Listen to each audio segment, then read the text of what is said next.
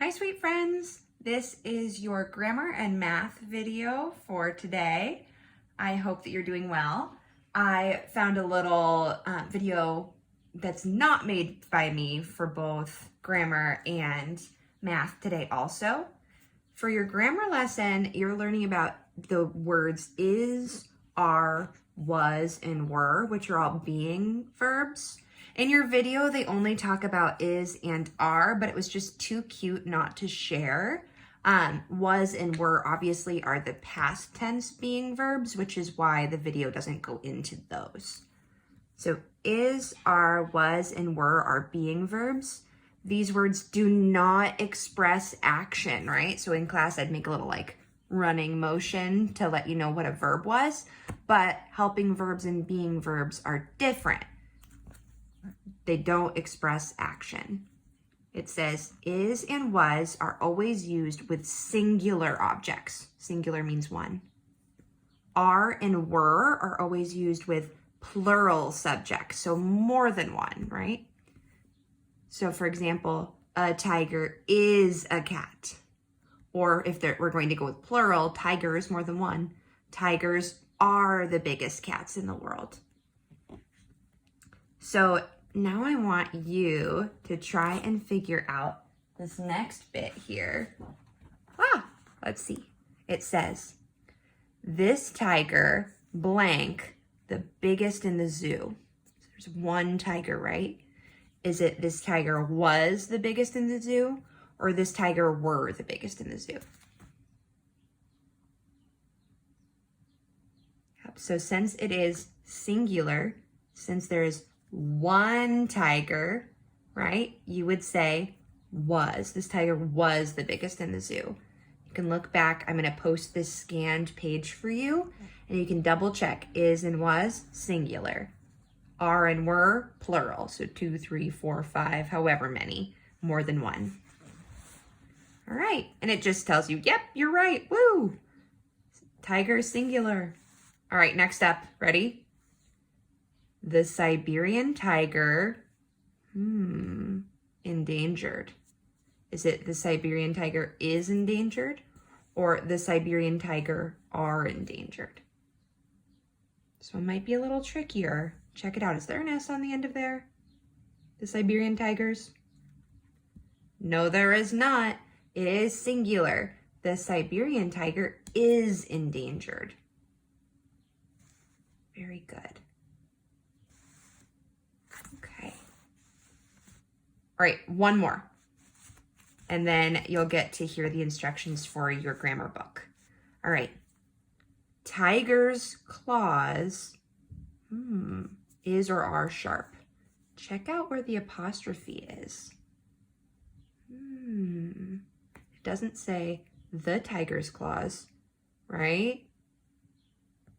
This means more than one tiger. Tiger's claws are sharp. Yep, it's supposed to be the plural of tigers. So the correct answer is are. Awesome. Okay, next up you have your workbook. So please make sure you watch these videos all the way through, listen to the song, listen to the instructions, and then you get started on your workbook. I know many of you could jump right in, but I don't want you to be guessing. I want you to have a full understanding of why these grammar rules are the way they are. Now here's your little helpful hint for while you're working up here. It's basically what we just read in our books together, but it's right here so you don't have to keep looking at your screen. For numbers 1 through 8, you circle the verb that correctly completes each sentence, just like I practiced with you here, okay? For numbers 9 through 16, you complete each sentence with is, are, was, or were, and you use the tense shown in parentheses, right? So this one's present, is or are, right? Past would be was or were, okay? Now for numbers 17 through 19, you write a sentence for each verb, is, were, or are. You can get creative or you can use some of the topics that we talked about like tigers, okay? Up to you. I like to get creative. It's fun to write random things in here. Okay, that's all for grammar. Grammar is nice and easy again today. And there's a song. I love it when there's a song. Next today you have math. So in our videos, there's not really one that just talks about centimeters or just talks about decimeters or millimeters or kilometers, right? They kind of talk about all of the different units in the metric system. So you might have already heard about meters in our video from yesterday, right? And you definitely will in our video for tomorrow and today. But a meter is the base unit used in the metric system for length. That means you can go lower, right? Like it takes, so let's see, there are 10 centimeters in a decimeter, right? So 1 decimeter is 10 centimeters, okay? Or there are 100 centimeters in a meter. Meter is your base unit. So you can get smaller than a meter, you can get bigger than a meter, but you're adding on that prefix to tell if it's smaller or bigger than a meter, right? And by how much. Base is like what you're working from. A meter, abbreviated M, is a metric unit used to measure long lengths. A door can be used as a benchmark for 1 meter. A door is about 1 meter wide. So if you have a meter stick, I couldn't find one in school, but you could check it out and see how close to a meter your door is at home if you have one. Look, check it out. Her door is a little bit shorter than a meter, so it's just an estimation to help you understand what a meter looks like in real life. Now, this red box on all your pages here about measurement is going to be the most important thing you see. That's why I'm scanning these pages for you. This is telling you how to convert from one kind of measurement to another, right? So 1 meter is the same as 100 centimeters, or abbreviated 1M, 1 meter, equals 100 cm, 100 centimeters. Now, this makes sense too. 1 meter is 10 decimeters, right? Because of what we learned yesterday. We learned that there are 10 centimeters in a decimeter, right? 10, 20, 30, 40, 50, 60, 70, 80, 90, 100. If I count by tens till I say 100, it makes sense that there are 10 decimeters in a meter if there are 100 centimeters in a meter. Friends, all of this with the metric system is just using multiplication. It's easy as that, right? If you can count by tens, you can pretty much do anything in the metric system.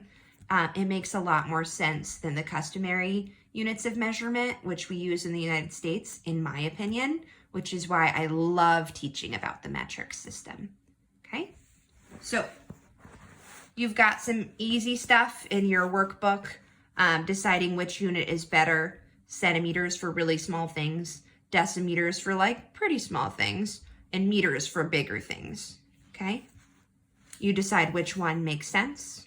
You get to kind of estimate about how big something would be, right? It should be pretty clear. They tried to make it obvious for you. And then you have the things that I consider a little trickier, but really it's just using your multiplication skills to solve. So let's see. How about we do number 27 together? Bear with me. My tripod is currently on my whiteboard, so you're gonna get a little bit of a bumpy view here for a moment.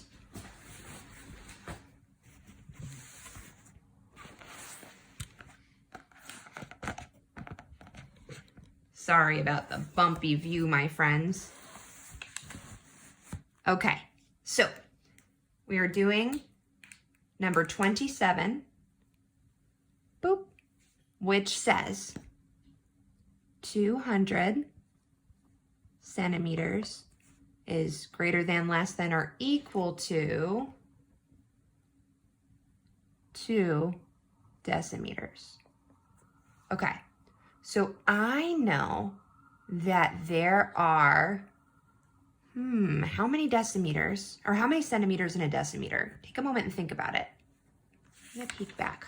Maybe you can peek back at your page from yesterday too. How many centimeters are in a decimeter? Okay, I know that there are, 10 centimeters in 1 decimeter, right? Which means to get from 1 to 2, I have to multiply by 2, right? There are, times 2, 20 centimeters in 2 decimeters. Whoa, 200 is gonna be way bigger, right, friends? Cool. Now let's do one that has meters in it, since that's your main topic for today. This was like a little review to remind you how to multiply. Let me see. Sorry, it's a little messy. Part of the gig, my friends.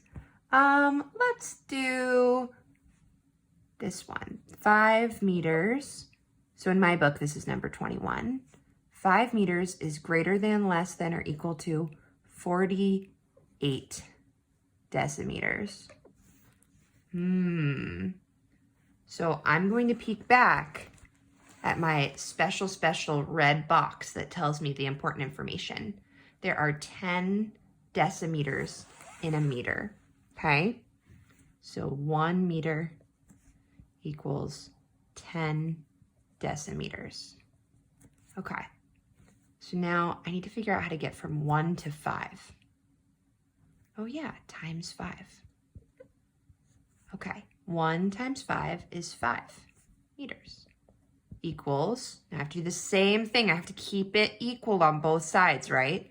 So I'm going to multiply this side by 5. 10 times 5. 10, 20, 30, 40, 50. Okay, so 5 meters is equal to 50 decimeters. Well, and 50 is for sure bigger than 48, right? Which means that 5 meters is bigger than 48 decimeters, okay? So really, friends, multiplying by 5, super easy skill you already have. If you can do that, wham bam, you are ready to figure out these problems. So once again, these problems, if you can do multiplication, you can do any of them. Don't let them overwhelm you, okay? You are multiplication champs. All right, that's all for today, my friends. You're going to do a really great job in grammar and math today. I know it. And I know you're going to do a great job at all your other subjects too. Good luck and have a great day.